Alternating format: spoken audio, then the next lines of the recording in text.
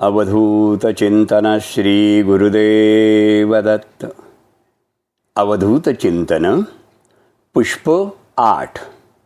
श्री गुरुशरणम. दिगंबराय दिव्याय दिव्यरूपधराय च सदोदित परब्रह्म दत्तात्रेयो नमोस्तुते. प्रारब्धाची रेषा साधनाने आणि उपासनेने पुसता येतं. प्रारब्धाची रेषा पुसता येते असे समर्थ रामदास छाती ठोकपणाने सांगतात.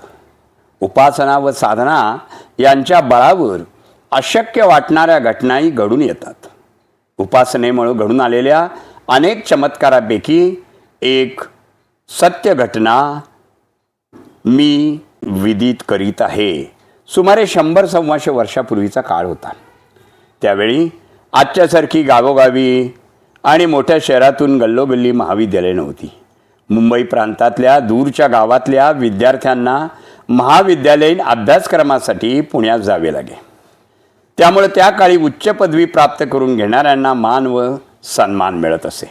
रत्नागिरीजवळच्या एका खेड्यातील मध्यम वर्गातील एका ब्राह्मण तरुणाने अशी पदवी प्राप्त करून घेण्यासाठी शिक्षण खात्यात अधिकाऱ्याची जागा मिळवली. या तरुणाचे शुभ नाव होते परशुराम पंत गोडबोले. नोकरीत निमित्त त्याचे वास्तव्य बेळगाव, धारवाड या भागात अधिक असे. परशुराम पंतांचे घर भरलेले होते. आई होती, सुशील सुस्वभावी पत्नी लाभली होती. नावाप्रमाणे ती गंगा होती. चांगल्या कुळातली, चांगले संस्कार घेऊन आलेली पतिभक्त होतीच. परंतु सासू सासरे आणि कुटुंबातील इतर सर्व माणसांची ती सेवाभक्ती करण्यात तत्पर असे. संसार अत्यंत सुरळीत आणि सुखाचा चालला होता. एके दिवशी एक अकल्पित घटना घडून आली आणि या घटनेने कुटुंबाच्या सुखशांतीला दृष्ट लागली. त्या दिवशी सासूबाई कुठेतरी बाहेर गेल्या होत्या. घरात छोटं मूल होतं. ते सारखं रडत होतं. त्यामुळे त्याला अफू देऊन झोपवीत असत. घरातल्या इतर कामांप्रमाणेच त्या बाळाला अफू देण्याचे कामही त्या दिवशी गंगाबाईंकडेच सोपवलं होतं. अनुभव नसल्यामुळे लहान मुलाला किती प्रमाणात अफू द्यायची हे तिला ठाऊक नव्हते. तिच्या हातून अभावितपणे अफू अधिक प्रमाणात दिली गेली. परिणाम विपरीत झाला. मुलाला अफूची बाधा झाली. ते जग सोडून गेलं. हे दुर्घटनेने घरात हाहाकार झाला. गंगाबाईला मेल्यावर मेल्यासारखं झालं. प्रत्यक्ष सासूबाईंनीच तिच्यावर मुलाचा बळी घेतल्याचा आरोप केला. भरल्या घरात गंगाबाई घरातल्या घरात अल्लड अभ्रकासारखी हत्या करणारी पापिणी म्हणून राक्षसीन ठरली. धरणी दुभंगून आपल्याला आत घेतले तर बरं होईल अशी गंगाबाईच्या मनाची अवस्था झाली. त्यांच्यापाशी अंतःकरण मोकळे करावयाचे आणि वस्तुस्थिती समजावून घेण्याची, हे आपले निरपराधित्व पटवून देण्यासाठी आपल्याला धीर आणि आधार देतील असा विश्वास होता. ते तिचे पतिदेवच जेव्हा मातेच्या बाजूचे झाले तेव्हा मात्र तिच्यावर खरोखर आभाळ कोसळलं. माहेर गावातच होतं. काळे तोंड करून तिथेही जाण्याची तिला इच्छा नव्हती. पण निरुपायाने तिला माहेरचा आश्रय घ्यावा लागला आणि एका निष्पाप बाळकाचा बळी घेणारी खुनी ही अपकीर्ती तिला असह्य होत गेली. ईश्वराखेरीज इतर कोणत्याही खरे काय घडले हे सांगण्याची सोयच उरली नव्हती. शेवटी याच सर्वसाक्षी करुणाकराला शरण जाण्याचा तिने निर्णय घेतला. मनाचा दगड केला, कृतीत आणला आणि एका पहाटे नेस्त्या वस्त्रानिशी देवाचं नाव घेऊन तिने नरसोबाची वाडी गाठली. दत्तांच्या पायी आपलं जीवन तिने समर्पित केलं. रात्रंदिवस त्यांची सेवा करीत राहण्याचा तिने संकल्प केला. त्या क्षेत्रस्थानी एक सत्पुरुष होते. त्यांचा तिला आशीर्वाद मिळाला. सज्जन गृहस्थांच्या घराच्या पडवीत तिने वास्तव्य केलं. ती सासर विसरली. माहेर तिने डोळ्याआड केलं. ती तपस्विनी बनली. तिची घोर तपश्चर्या चालू झाली आणि भल्या पाटे उठावे, कृष्णामाईच्या दयामय अंतःकरणात बुडी घ्यावी, मुखाने सतत दत्तराम घ्यावे, सूर्य माथ्या येईपर्यंत दत्त मंदिराभोवती प्रदक्षिणा घालाव्या असा दिनक्रम चालू आला. थोरा घरची कन्या आणि घरंदाज स्नुषा पोटाची खळगी भरण्यासाठी 4 घरी भिक्षा मागू लागली. दुपारी कीर्तन प्रवचनाचा लाभ होऊ लागला. सायंकाळी ती आपल्या कुटीत विश्राम करीत असे आणि तेथेच दत्तनामामध्ये राहत असे. कालचक्र ही कर्तव्य दक्षतेने खाली वर होतच होते. दिवसामागून दिवस गेले, वर्षामागून वर्षे लोटत गेली. एक तपाचा काळ उलटला होता. गंगाबाईच्या तपस्याला तेज चढत होते. देह कृश झाला होता, पण आत्मतेज मात्र वाढत होतं. दत्तसेवेत क्षणाचाही खंड पडत नव्हता. प्रदक्षिणेची पावले स्थिरपणे फिरत होती. नामस्मरणाची गोडी वाढत होती. लौकिकाचा आणि विषयाचा विसर पडला होता. कृष्णामाई आणि दत्तगुरू यांच्या छत्राखाली ही पुण्याची वाटचाल गंगाबाई चालत होती. तिकडे सासरी 12 वर्षाच्या दीर्घ कालावधीत काळाने आपली क्रीडा केली होती. परशुराम पंतांनी गंगाबाईंच्या जागी दुसऱ्या स्त्रीची स्थापना केली होती. संसाराचा नवा खेळ मांडला होता. संतती झाली होती, पण गंगाबाईचे पाऊल घराबाहेर पडल्यापासून परशुराम पंत व त्यांचे घर सुखशांतीला पारखे झाले होते.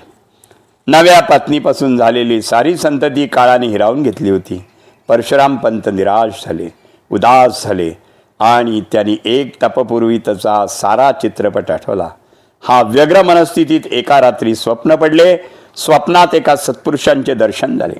म्हणाले, टाकून दिलेल्या आपल्या पहिल्या पत्नीला गृहलक्ष्मीला परत घेऊन ये. तिच्याशी पुन्हा संसार कर, तुला सुख लाभेल, तुझे कल्याण होईल. तिला शोधण्यासाठी नरसोबाच्या वाडीला जा.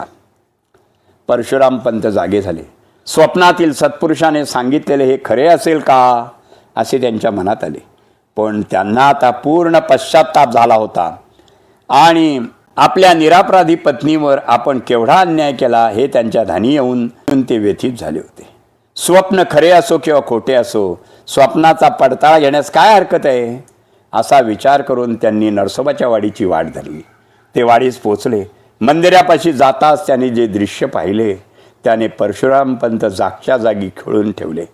12 वर्षापूर्वी ताटातूट झालेली त्यांची धर्मपत्नी दत्ताभोवती प्रदक्षिणा घालीत नसून एक पवित्र ज्योतीच भिरभिरते आहे असं त्यांना भासलं.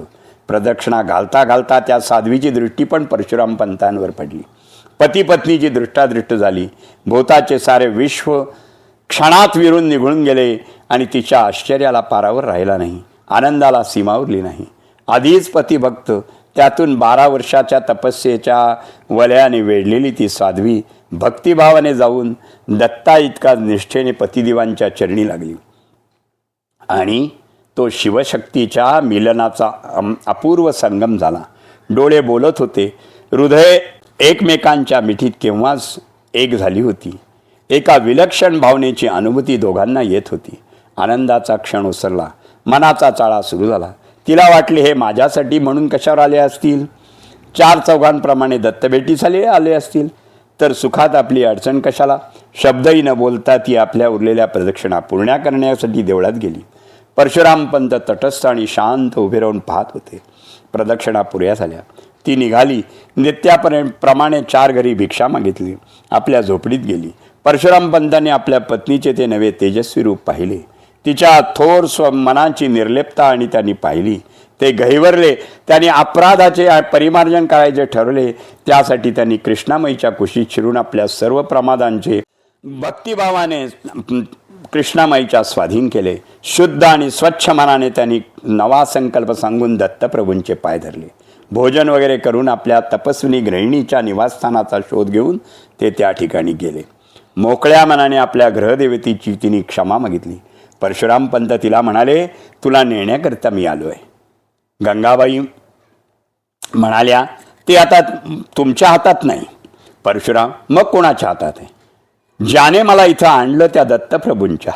परशुराम म्हणाले, मग तर फारच उत्तम. त्यांच्याच सांगण्यावरून मी इथे आलो आहे. आता आश्चर्य करण्याची पाळी गंगाबाईंवर होती. तिची मनस्थिती ओळखून परशुराम पंतांनी आपल्या झालेला दृष्टांत तिला हर्षभराने निवेदन केला. तो ऐकून तिच्या देवाच्या करणीचे नवल वाटले. तरीही ती शांतपणाने परशुराम पंतांना म्हणाले, दत्तांत त्यांना सांगितला आणि मगच आपण येऊ शकतो. पत्नी पुढे आणि पती मागे असे सत्पुरुष ज्या ठिकाणी होते तेथे गेले. दोघांनी त्यांचे पादवंदन केले आणि परशुराम पंत त्या सत्पुरुषांकडे आश्चर्याने पाहतच राहिले. गंगाबाईने सर्व वृत्तांत सांगून महाराजांची अनुज्ञा मागितली. अनुज्ञा मिळणार याबद्दल परशुराम पंतांना शंका नव्हती. कारण त्या सत्पुरुषाने हसतमुखाने त्या लक्ष्मीनारायणांना आशीर्वाद देऊन म्हणले, सुखाने संसार करा. तुमच्या पुण्याईनी आता भगवंताच्या कृपेने तुमच्या कुळाची कीर्ती वाढवणारा एक उज्ज्वल नंदादीप आपल्या घरी प्रकाशित होईल. एक तपाची प्रखर तपस्या आणि दत्तस्वरूपाच्या साधू सत्पुरुषांचा आशीर्वाद फळल्या वाचून कसा बरे राहील. परशुराम पंतांचा संसार सर्व सुखाचा झाला. संपदा आणि समृद्धी त्यांच्या घरात परत आली. घराचे गोकुळ झाले. 2 पुत्र झाले, एक सदाशिव आणि दुसरा विष्णू. हा विष्णू पोटीच महाराष्ट्रातला एक महान सत्पुरुष जन्माला आला. आनंदमय स्वरूपाचा ज्यांना लाभ झाला आहे असे महाराष्ट्राचे मूर्त आध्यात्म वैभव म्हणजे तपस्विनी गंगाबाईंचे नातू पावसमधील स्वामी स्वरूपानंद. शुभम भवतु, शुभम भवतु, शुभम भवतु.